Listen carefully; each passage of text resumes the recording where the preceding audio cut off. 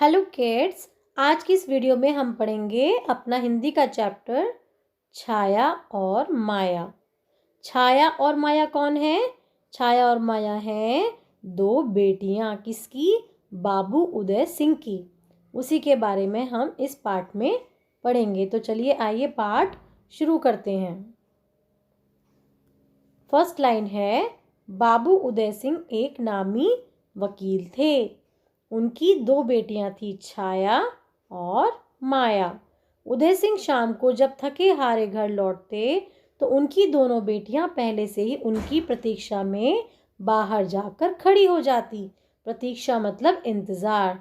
उनके इंतज़ार में बाहर जाकर खड़ी हो जाती। दूर से मोटर गाड़ी देखकर उस और दौड़ पड़ती। अपने प्यारे बाबूजी के पास झट से पहुंच जाती।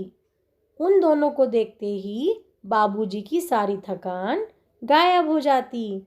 कैसे? छाया और माया को जब उदय सिंह देखते थे तो उनकी थकान क्या हो जाती थी? गायब।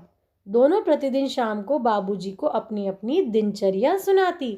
दिनचर्या का मतलब होता है जो उन्होंने दिन भर काम किए। उन्होंने पढ़ाई की, खेले कूदे या कुछ घर का काम किया, तो वो होती है दिनचर्या। एक दिन दोनों ने बाबूजी से शिकायत की कि बच्चे स्कूल में उनका नाम लेकर उन्हें चिढ़ाते हैं कि ये भी कोई नाम है, छाया और माया। बाबूजी, आपने हमारे और कोई अच्छे नाम क्यों नहीं रखे?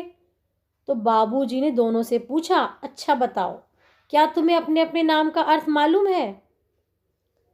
तो दोनों एक दूसरे को देखकर सिर हिलाने लगी। बोली, नहीं। तो फिर बाबूजी बोले, छाया का अर्थ सुख शांति से है और माया का अर्थ है धन दौलत, मतलब रुपया पैसा। नाम ऐसे होने चाहिए जिनका कोई अर्थ हो, जिसका कोई मीनिंग हो। क्या अब भी तुम्हें अपने नाम से कोई शिकायत है? तो दोनों ने सिर हिलाकर कहा, नहीं। अपने नाम का अर्थ जानकर अब दोनों खुश थीं। वकील साहब दोनों बेटियों को खुश देखकर फूले नहीं समाते थे। छाया और माया की उम्र में केवल 3 वर्ष का अंतर था। तो छाया और माया की एज में कितना डिफरेंस था? 3 इयर्स का। दोनों के स्वभाव में कोई विशेष अंतर नहीं था। दोनों चंचल, मेधावी, मेधावी मतलब जो पढ़ने में बहुत तेज हो, इंटेलिजेंट, बड़ों का आदर करने वाली थीं। दोनों को गुड़ियों के साथ खेलना बहुत अच्छा लगता था। वे अक्सर अपनी गुड़ियों का ब्याह रचाती और अपनी माँ को भी उसमें शामिल कर लेती। ब्याह मतलब शादी। तो वो क्या करती थी? अपनी गुड़ियों की शादी करती थी। एक दिन माँ ने कहा, जैसे तुम अपनी गुड़िया का ब्याह रचाती हो, ऐसे ही जब तुम बड़ी हो जाओगी तो पढ़ लिख कर अपने पैरों पर खड़ी हो जाओगी तो मैं और तुम्हारे बाबूजी तुम्हारा ब्याह रचाएंगे।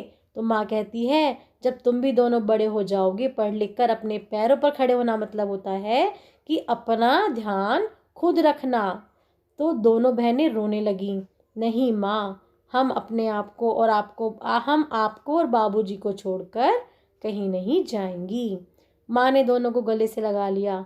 पास खड़े बाबूजी मन ही मन सोच रहे थे कि हमारी बेटियां हमसे कितना प्रेम करती हैं। आगे क्या होता है?